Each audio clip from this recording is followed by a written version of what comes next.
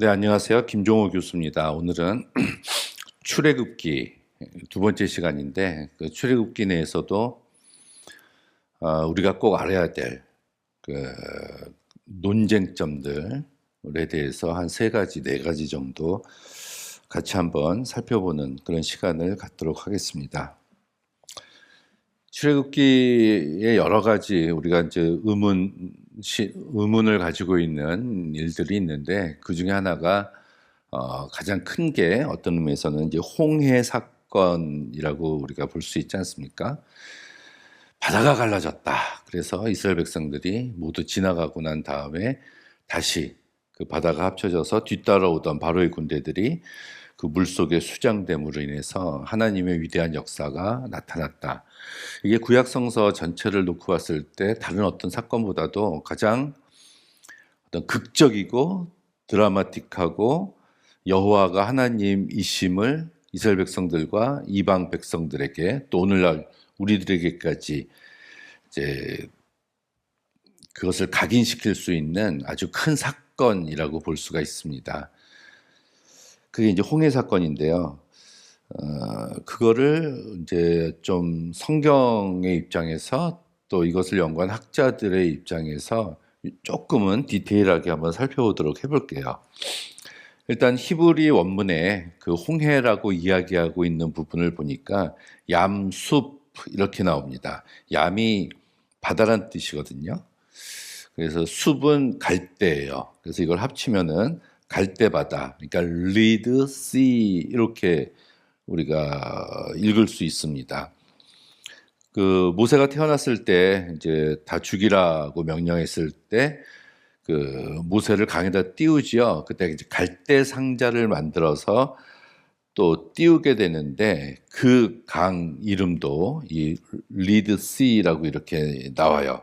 그러니까 파피루스가 무성한 습지가 형성된 바다다 우리가 이렇게 보는데, 이 바다의 그런 습지가 굉장히 이렇게 형성된 이런 바다가 있을까요? 우리나라는 뭐 서쪽 서해안 지역이 좀 그렇다고 볼 수가 있는데,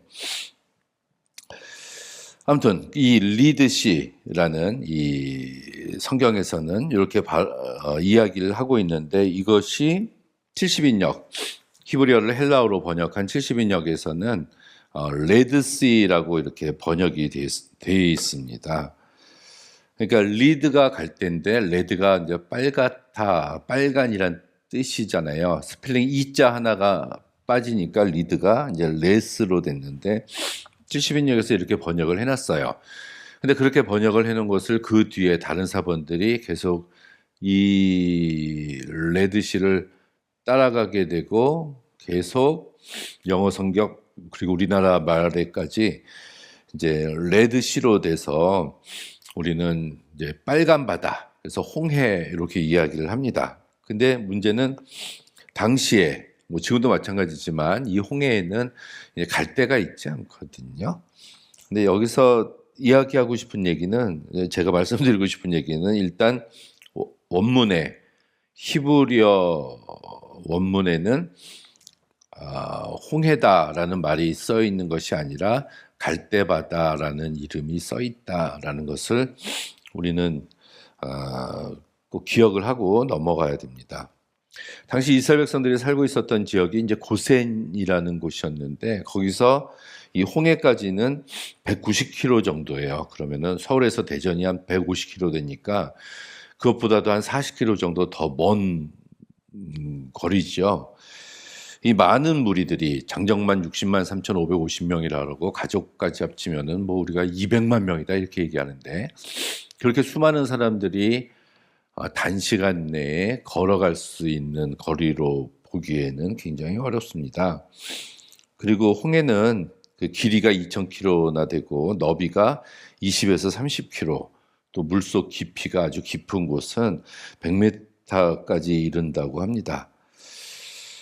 그러니까 그거 홍해 바다 자체를 건너는 일도 굉장히 시간이 많이 걸리는 일이었고, 우리가 200만 명이라고 탈출한 이집 그 이스라엘 사람들을 이스라엘의 인구를 200만이라고 보면은 한 줄로 세우면 그 길이가 300km에 이를 정도의 거리를 가지고 있다고 이야기를 합니다. 그러니까 굉장히 이제 많은 숫자들이 있었다는 얘기죠.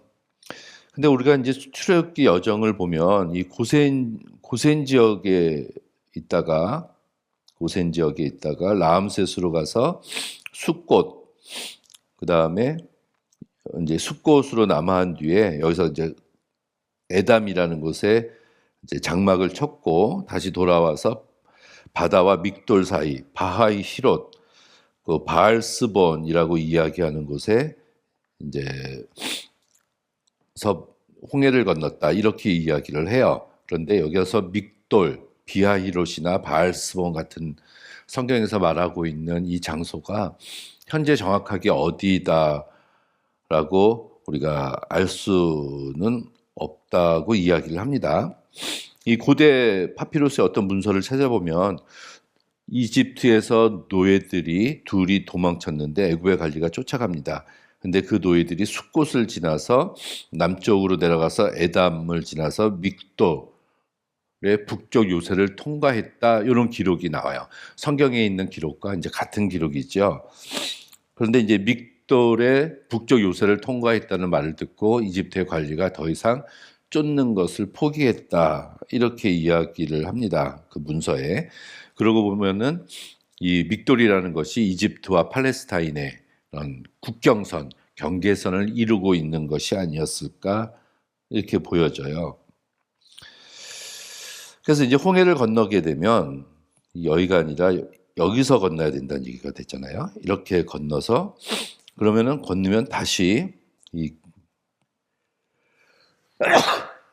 죄송합니다. 이 경유지가 다시 위로 올라가게 됩니다. 바알스본 올라갔다가 마라, 엘림, 시내산 이런 여정이 된다는 얘기거든요.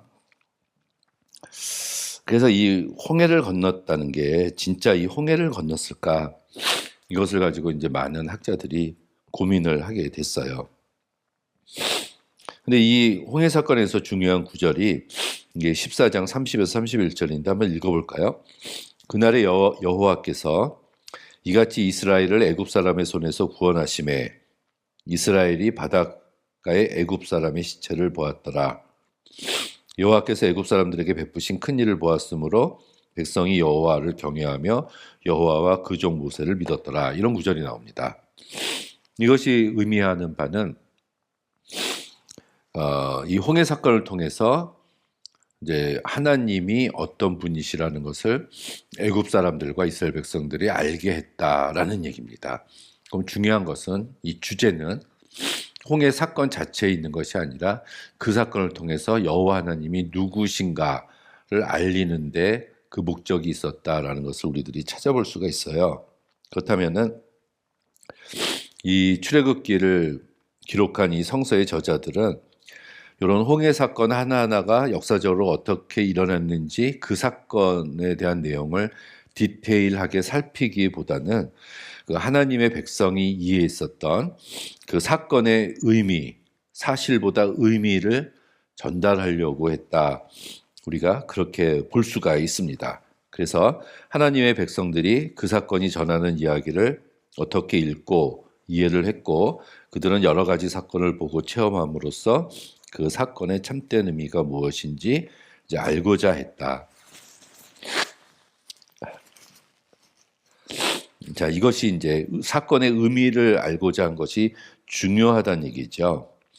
그래서 출애굽을 한 애굽 탈출과 홍해 바다를 건넌 이 사건은 이스라엘 백성이 하나님의 백성이라는 것을 강하게 인식하게 만드는 결정적인 사건이었고 그래서 이스라엘 백성들의 마음속에 깊이 간직해야 될 사건이었다는 얘기예요.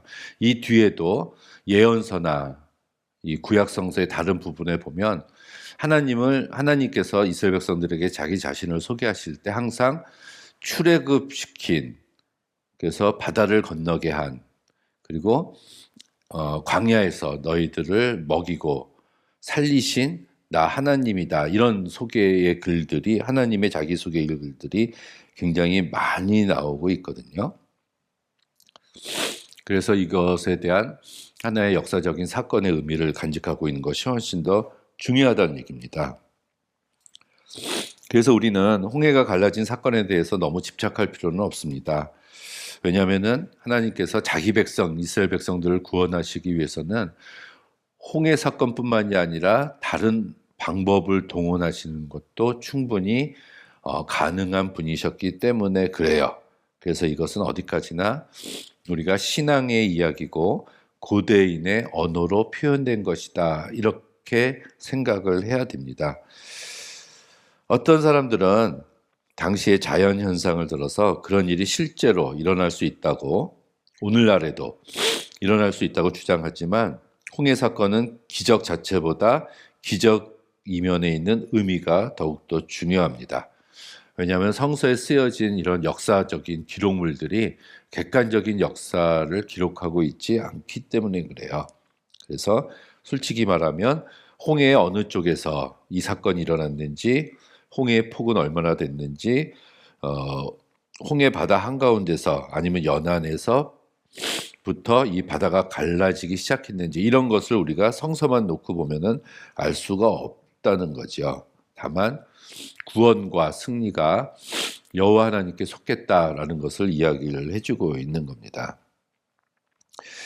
왜냐하면은 출애굽 자체가 이제 이스라엘 백성들이 민족이 되는, 국가가 되는 아주 중요한 사건이었기 때문에 이스라엘 백성들은 출애굽하고 이 홍해 사건을 기억할 때마다 그 애굽을 물리친 하나님께 감사했고, 그래서 이 사건을 계속해서 이 뒤에 기록을 하고 있다는 것을 우리는 알 수가 있습니다.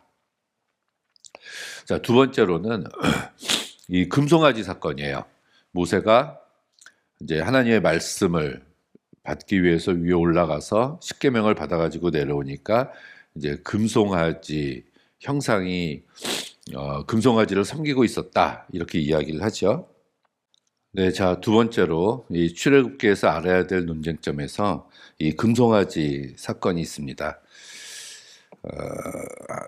모세가 이제 하나님으로부터 계명을 받게 되죠. 시내산 위에 올라가서 십계명을 받아가지고 이렇게 내려오게 되는데, 밑에 있었던 아론을 비롯한 이스라엘 백성들이 모세를 기다리지 못하고 벌써 금송아지를 만들어서 그것을 숭배하고 있었다. 그래서 그 금송아지를 깨부수고 그것에 가담한 사람들을 이제 심판해서 이 땅에서 이제 죽이시는 하나님의 역사가 나타난 이 금송아지가 있습니다.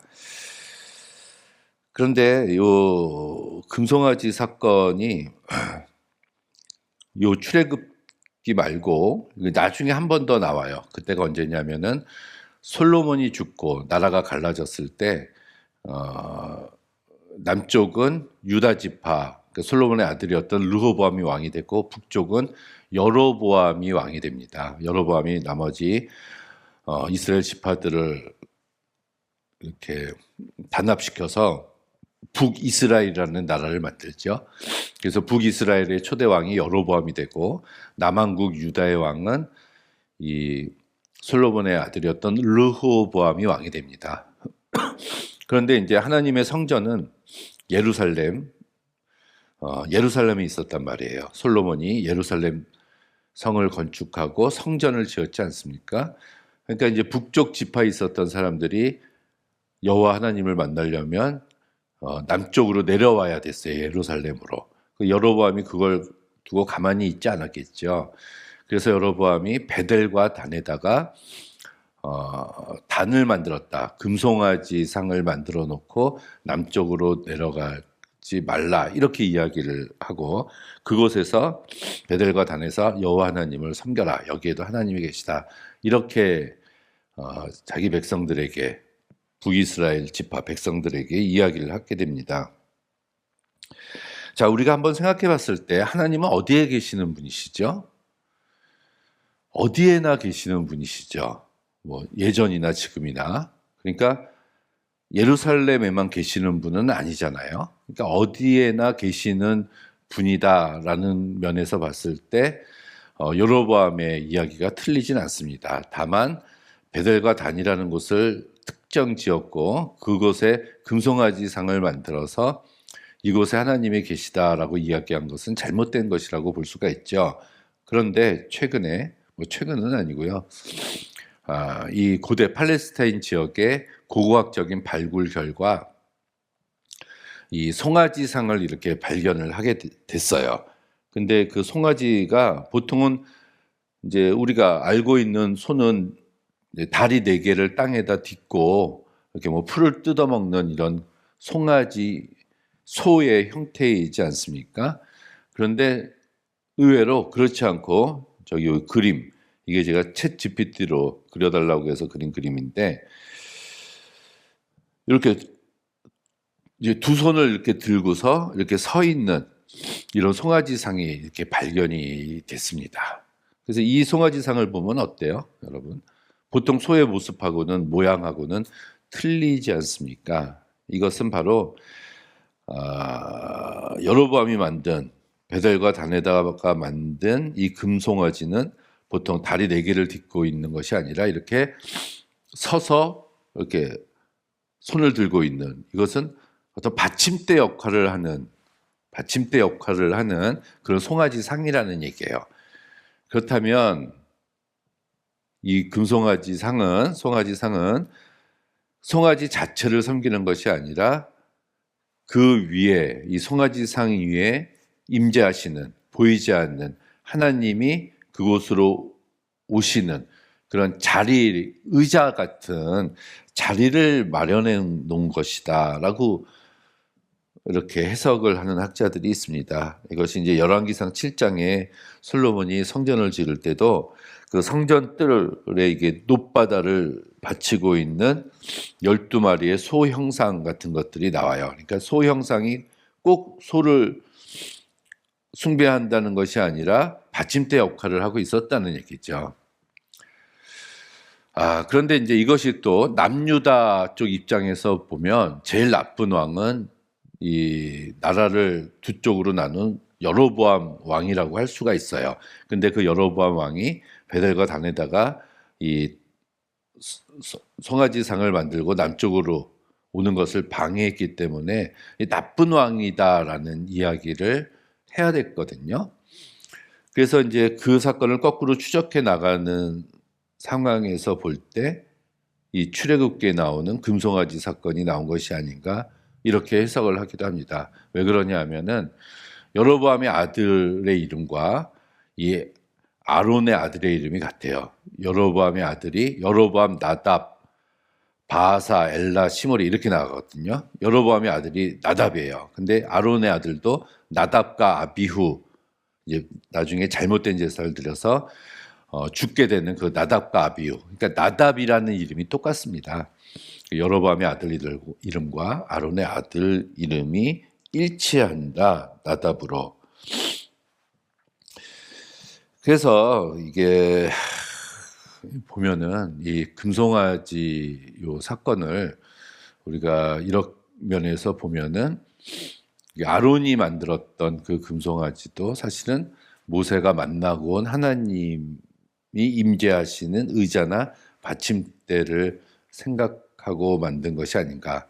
근데 또 출애굽기만 놓고 보면은 그것 자체도 어떤 형상도 만들지 말라고 한 하나님의 말씀이 있었을 것이다라고도 볼 수 있다는 얘기입니다.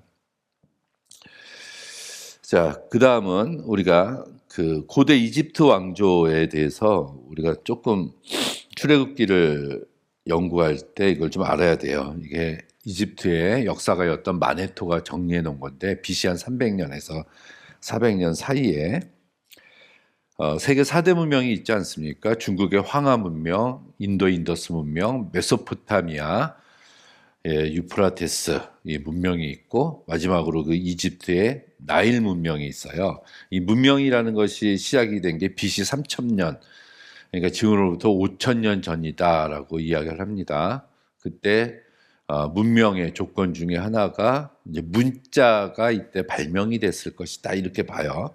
그때도 도시가 생기게 되고 이제 사람들이 그릇을 사용하게 되고 농경지에 머물게 되고 이제 그런 시대, 문명이 나타났는데 그 이집트의 역사가였던 이 마네토가 아이퀴프티카라고 해가지고 그 BC 3000년부터 알렉산더가 쳐들어와서 고대 이집트가 멸망하기 전까지 약 3000년 정도의 그 역사, 왕조와 각 왕들의 이름을 일목요연하게 정리를 해놨습니다. 3000년에.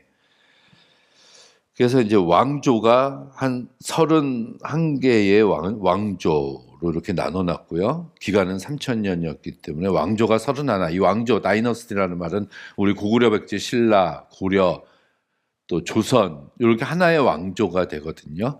그것이 31개였고 각 왕조마다 많게는 10명이 넘고 작게는 그 숫자가 안 되지만 그렇게 따지면은 뭐 한 250명 이상 되는 왕의 이름을 이렇게 다 정리를 해놨어요. 근데 이게 중요한 것은 이제 우리 성경하고 겹치는 부분이 있고 성경에 이 왕들의 이름이 나옵니다.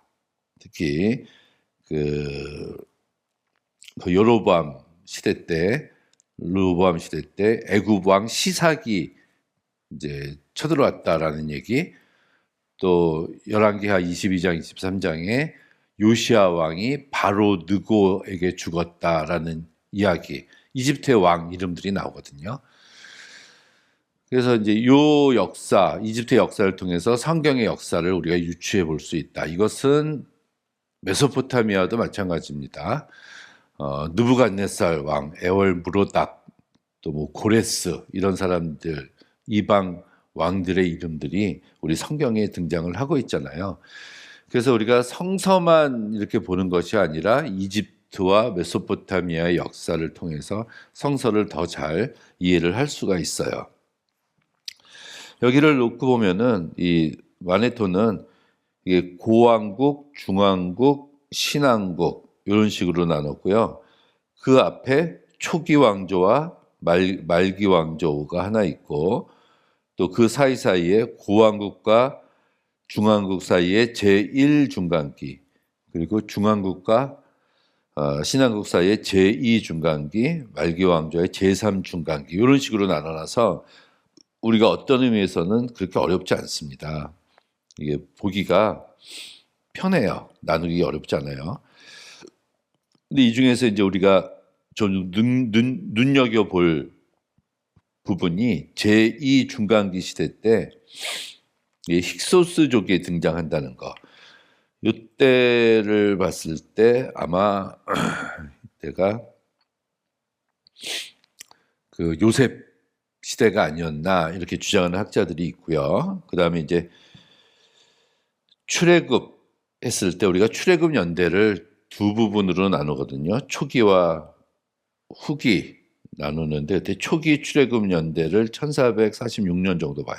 그때 왕이 아멘호텝 2세고 뒷부분은 1270년으로 봅니다. 그때 람세스 2세가 돼요. 그러니까 출애굽을 언제 했느냐 한 200년 정도의 차이가 나는데 이것에 따라서 애굽의 어떤 왕 때 출애굽했느냐를 우리가 알 수가 있습니다. 그래서 이런 것들을 통해서 우리가 성서를 더 잘 이해를 할 수 있는 부분들이 있습니다. 그래서 이집트의 왕조, 왕들의 역사 같은 것들을 우리가 한번 배워볼 필요가 있죠. 성경에서 등장하는 이 힉소스족인데 이게 이제 이 부분이죠. 제2중간기 시대 때 신왕국이 등장하기 전에 요 힉소스족이라고 나옵니다. 그래서 이제 벽화도 있고요. 요거는 이집트인이 아니에요.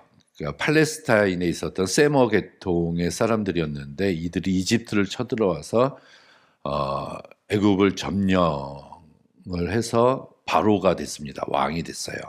그래서 일정 기간 동안 다스렸는데 이때 야곱과 요셉이 왔고 그래서 이들이 이집트 사람들이 아니었기 때문에 애굽인이 아니었기 때문에 요셉이 또 애굽이 아닌 힉소스족 치하에 있었기 때문에 2인자였던 국무총리 자리에까지 올라간 것이 아니냐 이렇게 이제 보기도 합니다. 중요한 점은 이들이 이제 전차 같은 무기를 사용을 했다고 해요.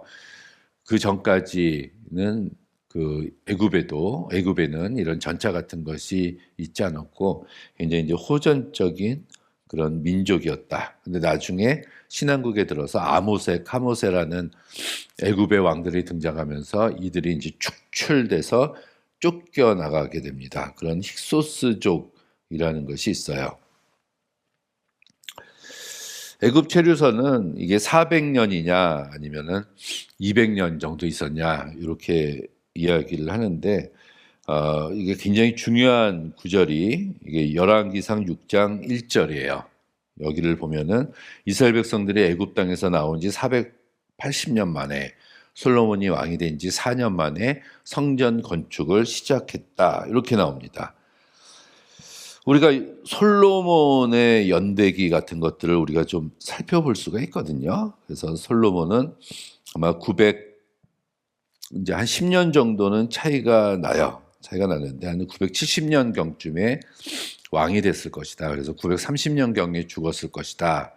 그럼 솔로몬이 왕이 된 지 4년이면은 967년이고 그리고 여기 480년이라고 얘기하잖아요. 애굽에서 나온 지. 그건 480년을 더하면 1447년에 출애굽을 했다.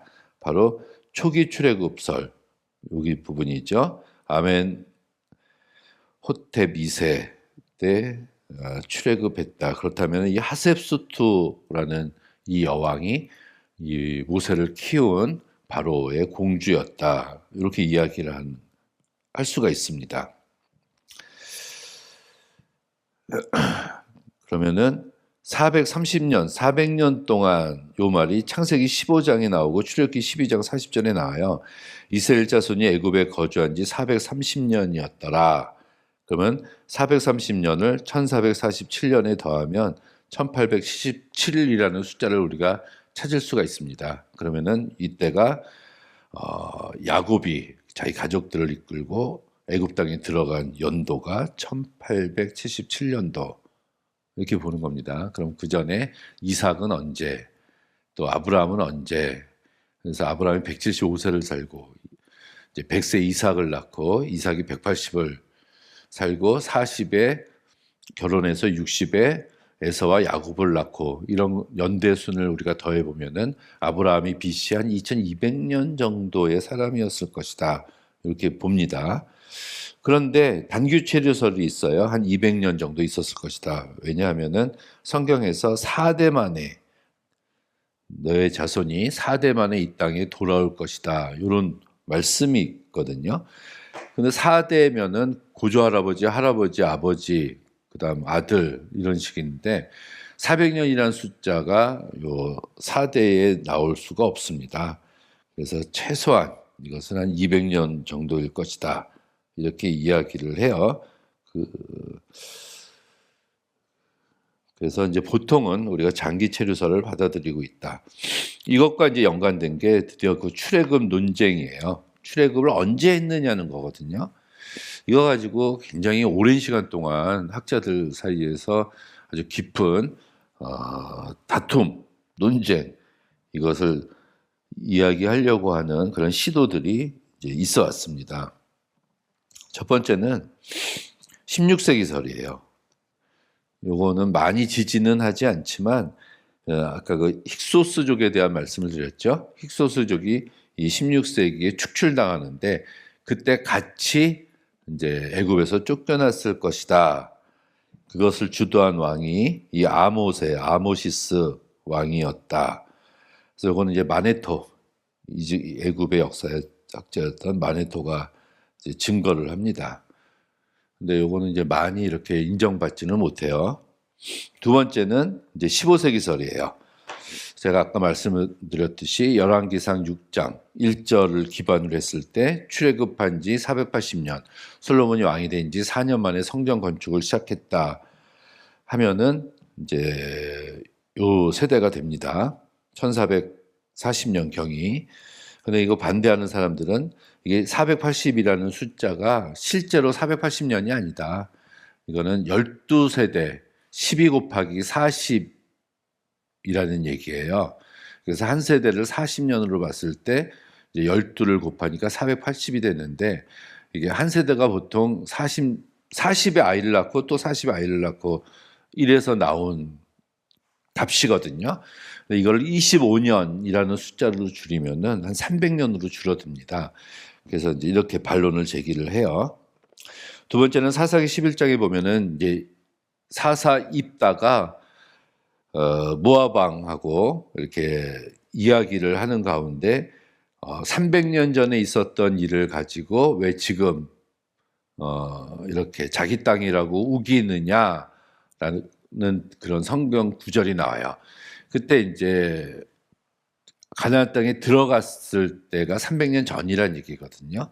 근데 입다를 보통 이제 BC 1100년 정도 있었던 사람이라고 이제 연대를 우리가 추정을 할 수가 있어요. 그러면 300년 전이니까 1400년경, 1440에 출애굽했으면 40년 지나서 1440년에 애굽 땅으로 들어갔다라는 계산이 나옵니다.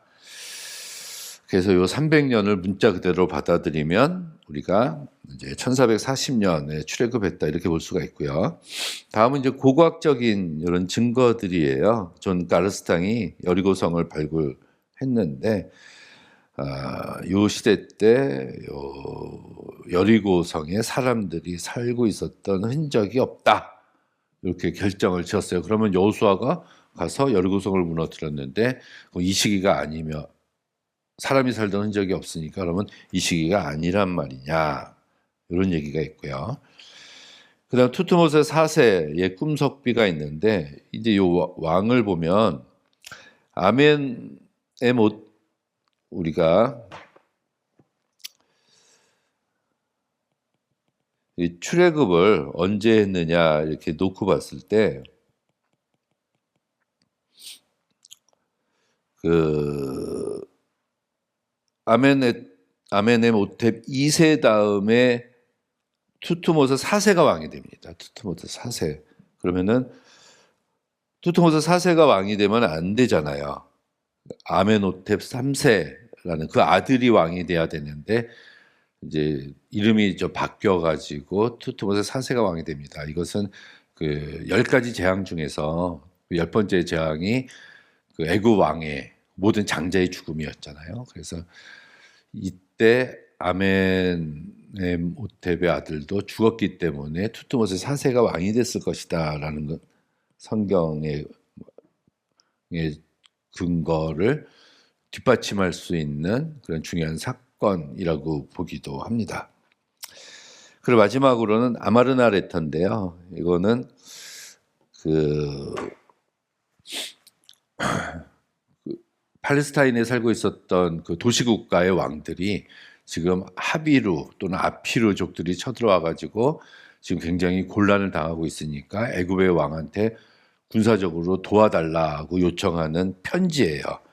이것들이 발견이 됐고 이제 해독이 다 됐습니다.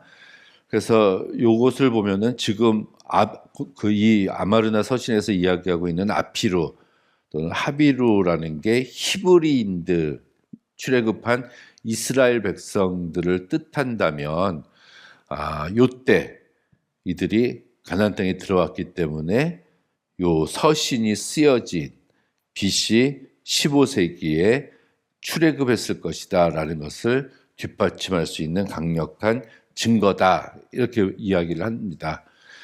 그런데 이제 이것도 거기서 말하고 있는 아피루, 하비루 이런 것이 우리 성서의 이스라엘 백성들 히브리인과 동일하냐는 것에 대해서는 논쟁의 여지가 있습니다. 그래서 이것을 지지할 때 출애굽 당시에 바로 왕들을 보면은 모세가 탄생했을 때 투트모세 1세였고 그때 투트모세 2세와 결혼한 하세수트에 의해서 구출이 됐다는 거. 그 사이에서 태어난 게 이 투트모세 3세예요. 3세. 그때 모세가 도주를 했고 돌아와서 출애굽을 했을 때는 아멘호텝 2세였을 것이다. 근데 죽고 나서 출애굽하고 나서 그 아들이 죽었기 때문에 투트모세 4세가 왕위를 계승했다. 이렇게 이야기를 합니다.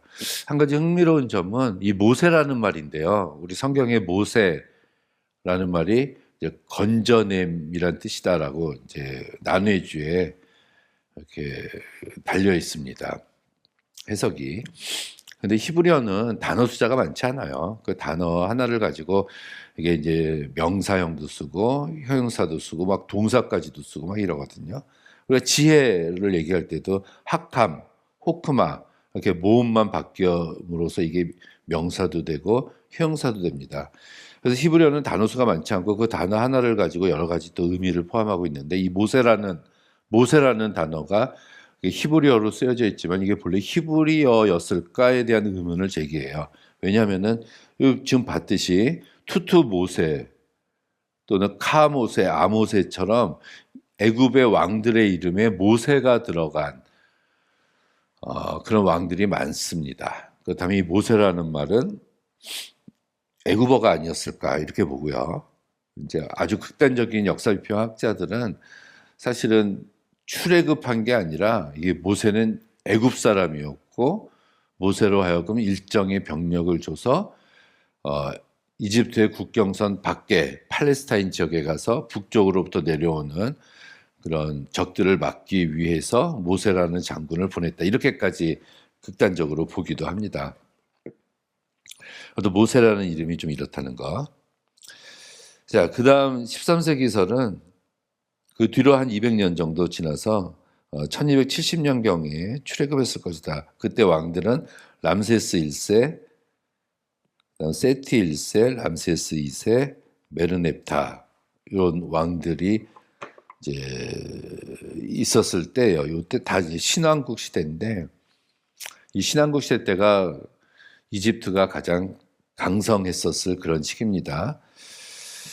자, 왜 이 사람들은 이런 주장을 하냐 하면은 이 람셋이란 이름, 그러니까 람세스 왕이 나오는데 출애굽기 1장에 보면은 국고성 람셋과 비돔성을 건축하게 했다 이렇게 나오거든요. 근데 람셋이란 용어 자체가 출애굽기 1장에 나오는데 이것이 애굽의 문서를 보면은 요때 람세스 왕 시절부터 쓰이던 용어가 람세스라는 이름이다. 그러니까 15세기 때 그때는 람세스라는 이름이 없었다 이렇게 얘기를 하고요. 또 이제 가나안에 들어갔을 때 그 여호수아가 파괴했었던 라기스, 드빌, 하솔들의 성에 파괴된 흔적들을 이렇게 조사했을 때 이 시기가 맞다라는 거. 그 넬슨 그릭에 따르면은 아까 제가 말씀드렸듯이 요단 동편에 사람들이 살고 있지 않았다. 1900에서 1300년대 사이는. 그리고 세티 1세와 람세스 2세의 군사 원정 기록에 이스라엘과의 만남이 언급돼 있지 않다. 15세기에 벌써 출애굽기를 했다면 그새 살고 있었을 텐데 이들이 팔레스타인에 갔다 왔을 때 군사적으로 전쟁을 치르고 왔을 때 그 이스라엘에 대한 이름들이 나오고 있지 않거든요. 그러면 없었다, 없으니까 나오지 않은 거냐 이렇게 이야기를 합니다. 그래서 이 출애굽기 연대가 16세기, 15세기, 13세기설 이렇게 세 가지로 나뉘어져요.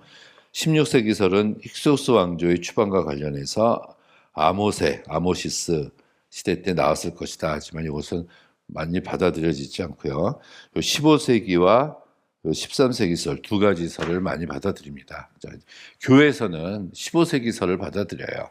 그래서 하셉수트가 바로의 공주였고 1440년에 출애굽을 해서 40년 뒤에 1440년에 이제 가나안 땅에 들어갔다는 거. 13세기설은 교회보다는 학자들 사이에서 많이 받아들이고 있는 그런 설입니다. 그래서 1270년에 나와서 1230년에 들어갔다. 그래서 이게 1200년대가 굉장히 중요한데요. 이 1200년대가 전 세계적으로 중요한 이유는 이때가 이전까지는 청동기 시대였어요. 청동기. 근데 1200년을 지나면서 철기 시대로 바뀌게 됩니다. 전 세계적으로. 그러니까 구리와 주석이 청동기의 중요 그 원료였는데 아마 주석의 원활한 공급이 일어나지 않아서 청동기 시대가 막을 내렸다는 거. 그리고 이제 해양 민족들, 우리가 팔레스틴이라고 하는 해양 민족들이 철기 문명을 가지고 가나안 땅에 상륙했다는 것. 이 출애굽 이후 40년 뒤에 가나안 땅에 들어가니까 이 출애굽 연대는 그럼 또 언제 출애굽했냐는 것은 언제 들어갔냐 하고도 이게 맞물리는 거거든요. 그래서 우리가 보통 솔로몬하고 다윗까지의 역사는 대충 우리가 좀 합의를 봐요. 그래서 다윗이 BC 1000년도 사람이라는 얘기입니다. 그럼 다윗 이전에 있었던 게 사울이고 그 전에 사무엘이고요. 그 전에 사사시대잖아요. 그럼 사사시대를 200년이라고 볼 것이냐 400년이라고 볼 것이냐에 따라서 15세기냐 13세기냐로 이제 나누어질 수가 있습니다.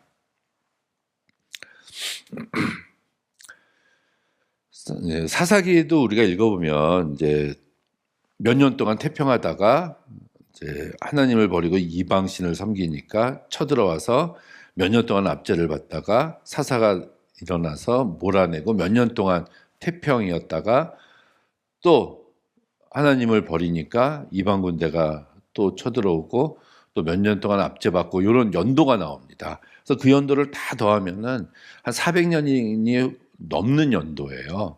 그럼 사사 시대를 우리가 400년이라고 해야 되지 않느냐? 그러면 15세기가 맞게 됩니다. 그렇지만 이에 대한 또 반론은 그 사사가 전 이스라엘을 통치하는 사사가 아니라 한 지파의 사사였다는 얘기예요. 그래서 사사들이 겹친다는 얘기죠. 그래서 200년이 맞다. 또 이렇게 이야기를 합니다. 결론은 뭐냐? 이게 결론이 어느 것이 맞다라고 이야기를 하기는 힘들어요. 아주 오래된 일이었기 때문에. 다만 교회는 15세기서를 받아들인다는 거, 학계에서는 대충 13세기서를 받아들이고 있다. 교회는 성경을 조금 더 문자적으로 해석을 했다는 거고, 이 13세기설은 성경에 대한 문자보다는 그 성경의 행간을 보고 다른 고고학적인 자료들을 더 많이 의지했다. 그래서 13세기설로 이렇게 보고 있다. 우리가 그렇게 볼 수가 있습니다. 자, 출애굽기에 대한 논쟁은 여기까지 하도록 하겠습니다. 감사합니다.